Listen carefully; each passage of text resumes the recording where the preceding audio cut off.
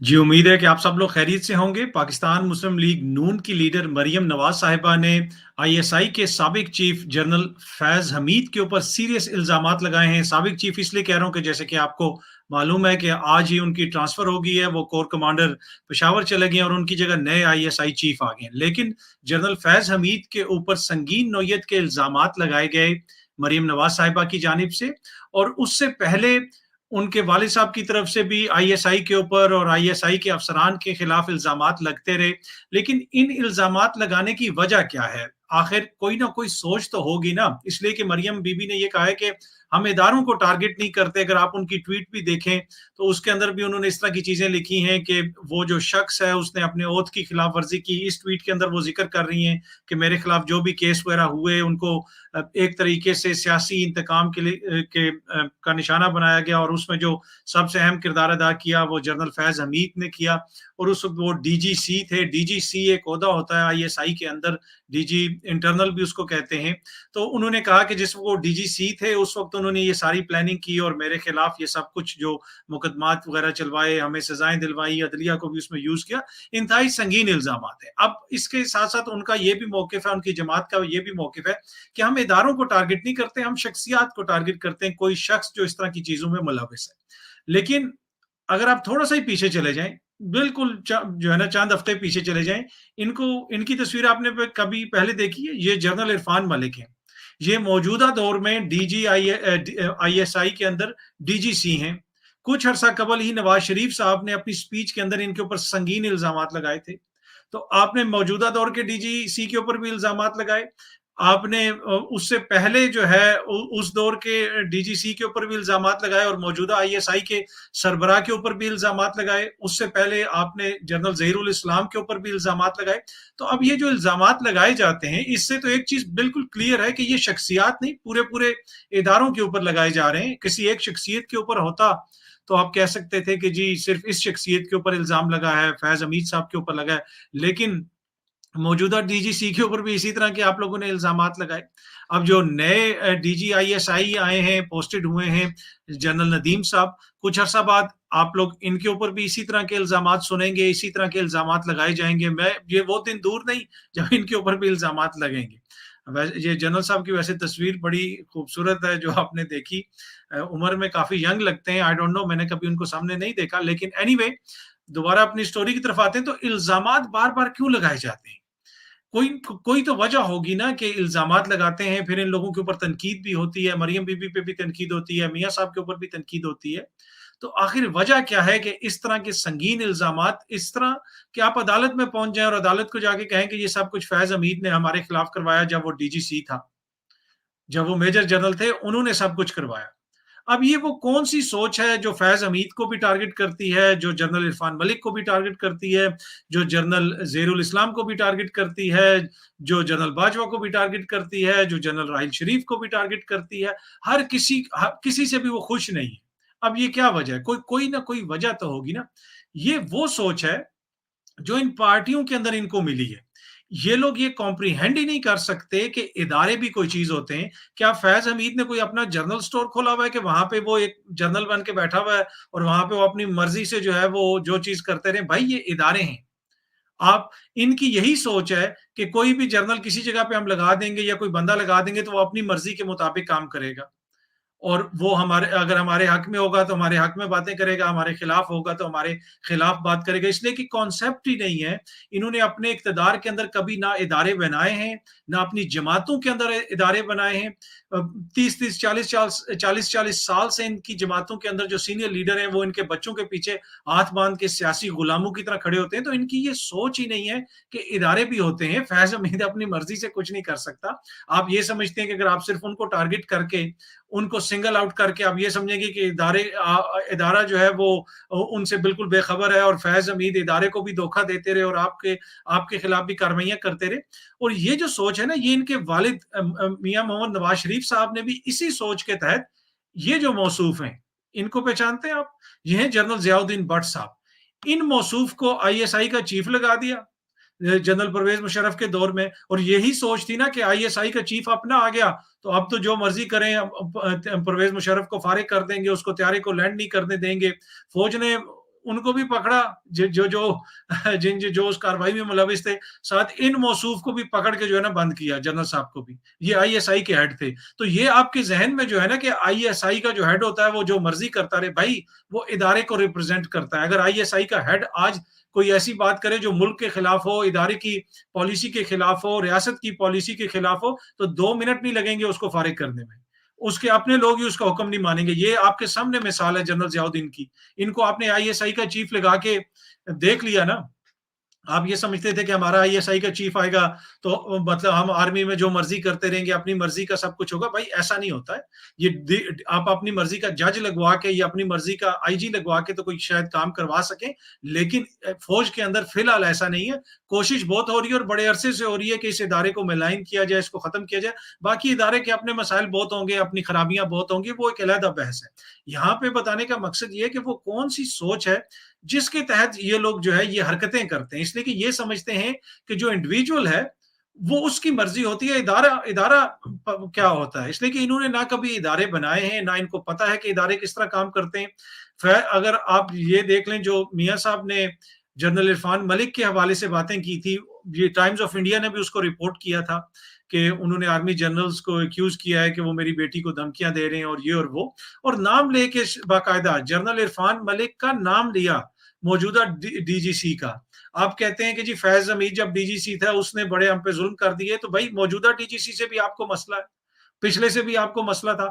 आपको प्रॉब्लम ये है कि आपको चाहिए कि आईजी पंजाब जिस तरह आप लगाते होते थे ना इंटरव्यू करके, जो आपके बच्चों को भी खड़े होकर सलूट मारे, आप लोगों का फोन आए तो वो सीट से खड़ा होकर फोन उठाए, भाई ये ख्वाब आपका पूरा नहीं हो सकता। ठीक है, आपने जो करना था पंजाब के अंदर जो करते रहे या मुल्क के अंदर सिविलियन दूसरे इदारों में करते रहे, वो ख्वाब आपका फौज के अंदर कम से कम पूरा नहीं हो सकता। और अगर आप ये समझते हैं कि किसी को आप सिंगल आउट करके और बार बार जो है वो इदारे को टारगेट करेंगे, किस तरीके से टारगेट कर रहे हैं कि जी वो ये कर रहा है, वो कर रहा है, ये किसके लिए आप फ्यूल बना रहे हैं? आपके ऊपर केसेस हैं करप्शन के, आपके ऊपर इल्जामात हैं करप्शन के, आप अदालतों में अपना केस लड़ें। अब मैं इस तरह की वीडियो नहीं बनाता हूँ, अमूमन कोशिश होती है कि किसी खबर के ऊपर बातचीत की जाए, लेकिन एक हर चीज की एक लिमिट होती है कि आप रोज जो है इदारों के ऊपर इस तरह के इल्जामात लगाने शुरू कर दें। क्या आप इदारों से इतने मोहतरम हैं, इतने बड़े हैं मुल्क से, रियासत से, कि आप किसी इदारे को भी कुछ भी कहते रहे, उन पे कौन से इल्जामात, और इल्जामात भी वो इल्जामात जो ये लोग सारा दिन टीवी के ऊपर बैठ के भारत से लगाते हैं, या वो इल्जामात लगाते हैं या आप लोग इल्जामात लगाते हैं।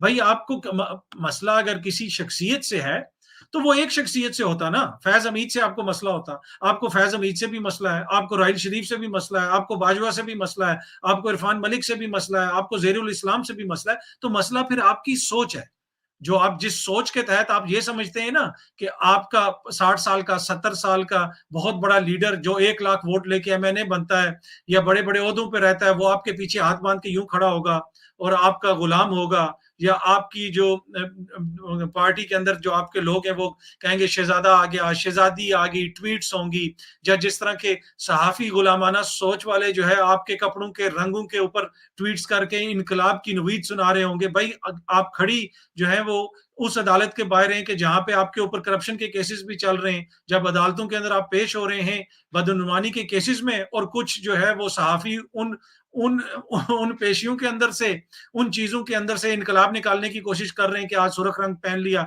आज पीला रंग पहन लिया। भाई ऐसे नहीं होता, आपने केसेस लड़ने, हो सकता है कहीं पे आपके साथ ज्यादती की गई हो, लेकिन अदालतें इसीलिए हैं ना, ये अदालतें होंगी, ये निजाम होगा तो इससे आपको रिलीफ मिलेगा। केसेस तो आसिफ जरदारी साहब के ऊपर भी बहुत है, लेकिन जिस तरीके से आपने इदारों के ऊपर, रियासत पाकिस्तान के ऊपर हमला शुरू किया हुआ है, वो किसका पर्पस आप सर्व कर रहे हैं? दूसरी बात ये है कि इसमें अब इम्तिहान जनरल बाजवा का भी है, इसलिए कि जब जनरल ज़हीरुल इस्लाम के ऊपर इल्जाम लगाया गया तो जनरल राहिल शरीफ अगले दिन आईएसआई हेडक्वार्टर में गए।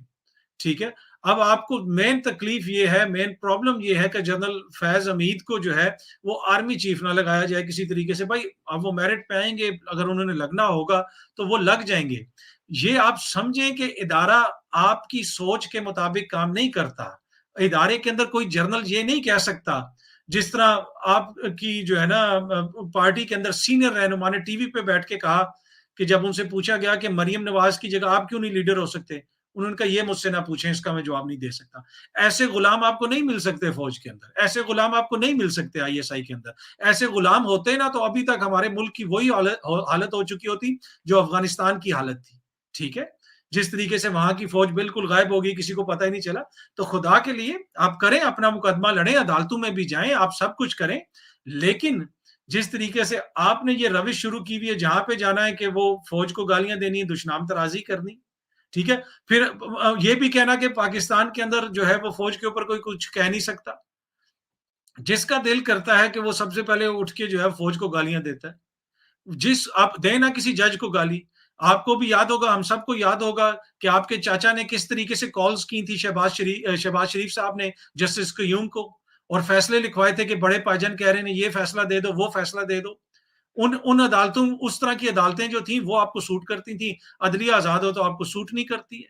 इसी इलेक्शन कमीशन के बाहर खड़े होके आप लोग किस किस्म की तकरीरें करते थे, आप इलेक्शन कमीशन आपके लिए मोहतरम हो जाता है। भाई इदारे मजबूत होंगे तो आप लोग भी मजबूत होंगे, मुल्क भी मजबूत होगा। अपनी ऊपर आपके ऊपर जो करप्शन के इल्जामात हैं उनका जवाब दें। फैज हमीद ने क्या आपका नाम पनामा में डाला था? फैज हमीद ने मुकदमा चलाया था। ये किस तरह हो सकता है कि ये सारी चीजें अभी ये जो पेंडोरा में मिनिस्टर्स का नाम आया, शौकत तरीन का नाम आया, फैसल वाडा साहब का नाम आया, अलीम खान साहब का नाम आया, ये क्या फैज हमीद ने नाम डलवाया? अब इमरान खान शुरू हो जाए कि आईएसआई मेरे खिलाफ साजिशें कर रही है। इससे बाहर निकले। आपके जाती मुलाजिम नहीं है, आपके जो जाती गुलाम और जाती मुलाजिम आपकी जमात के अंदर तो हो सकते हैं जो आपकी हर बात के ऊपर बल्ले बल्ले करें, लेकिन एक इदारा है पाकिस्तान में ऐसा जो आपके जाती मुलाजमीन के ऊपर मुश्तमिल नहीं है। वो इदारों की तरह काम करता है। उसके अंदर इदारे की सोच होती है, पॉलिसी होती है, जो रियासत की पॉलिसी होती है। तो इसको समझें। जब तक आपको ये चीज समझ नहीं आएगी तो आप इसी तरह के इल्जामात भी लगाते रहेंगे और इसी किस्म की तकालीफ से भी गुजरते रहेंगे। और दूसरे वो लोग जो तनकीद करते हैं फिर इनके ऊपर मरियम बीबी के ऊपर कि जी मरियम बीबी इदारों को टारगेट कर रही हैं, आपके लिए भी समझना जरूरी है कि वो क्यों टारगेट कर रही हैं।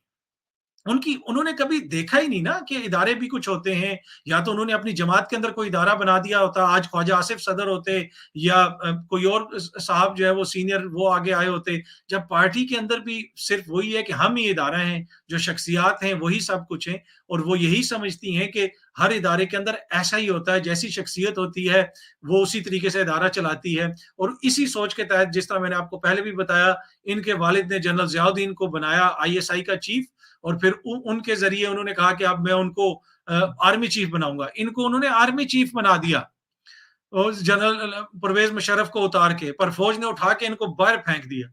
उन्होंने कहा ये कोई वापडा है कि आपने नया एसडीओ लगा दिया है, या ये कोई पटवारी है जो आप इसको उठा के इस तरह लगा देंगे। तो समझने की बात है आपकी। अगर आप कोशिश करें तो शायद आपको समझ आ जाए कि इदारे जो हैं वो इदारों की पॉलिसी को लेके चलते हैं। जनरल फैज हमीद का कोई जर्नल करियाना स्टोर नहीं है कि जर्नल करियाना स्टोर पे वो बैठे हुए और वो अपनी मर्जी से काम कर रहे हैं। भाई वो जो इदारे की तरफ से उनको हुक्म होता है, जो इदारे की पॉलिसी होती है और जो मुल्क के लिए काम होता है वो करते हैं। आप जी मेरे खिलाफ मुकदमे सारे उन्होंने बनवा दिए। ये अजीब एक सोच आप लोगों ने निकाल ली है।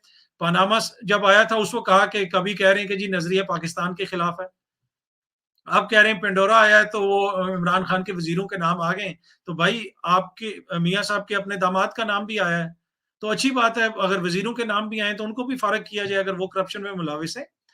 तो ये है जी थी थोड़ी सी तफसील जो ये बार बार इल्जाम लगा रहे हैं जनरल फैज हमीद के ऊपर, और कहा जा रहा है कि जी वो इदारों को टारगेट नहीं करते, सिर्फ फैज हमीद को टारगेट कर रहे हैं। जब वो डीजीसी थे तब उन्होंने ये किया। तो जिस तरह मैंने आपको बताया, मौजूदा डीजीसी से क्या तकलीफ थी, क्या इन्होंने आपको क्या कहा, क्या मतलब इनसे किस किस्म की शिकायत है आपको, इनके ऊपर भी तनकीद की। हर बंदा जो भी इदारे के अंदर है उसको आप टारगेट करते हैं। प्रॉब्लम यह है कि आपको मसला इदारे से है। आप चाहते हैं कि जिस तरह अपनी मर्जी से आप एसएचओ लगवाते हैं उस तरह आप अपनी मर्जी से कोर कमांडर लगवाएं। आप फोन करें कि बाजवा साहब मेरे बच्चे आ रहे हैं, जरा इनको एटम बम दिखा दें, जरा घूम फिर के ये कर दें, वो कर दें, टोमोहॉक मिसाइल जिस तरह हमने बनवाया था तो हम ये भी कर दें, वो भी कर दें। भाई ऐसा नहीं होगा। ये आपकी फैक्ट्रियों के अंदर, आपकी जमातों के अंदर तो ये चल सकता है, मुल्क के अंदर ये चीजें नहीं चल सकती। जब आप इस तरीके से तनकीद करेंगे रियासती इदारों के ऊपर तो फिर लोग भी आपके ऊपर तनकीद करेंगे।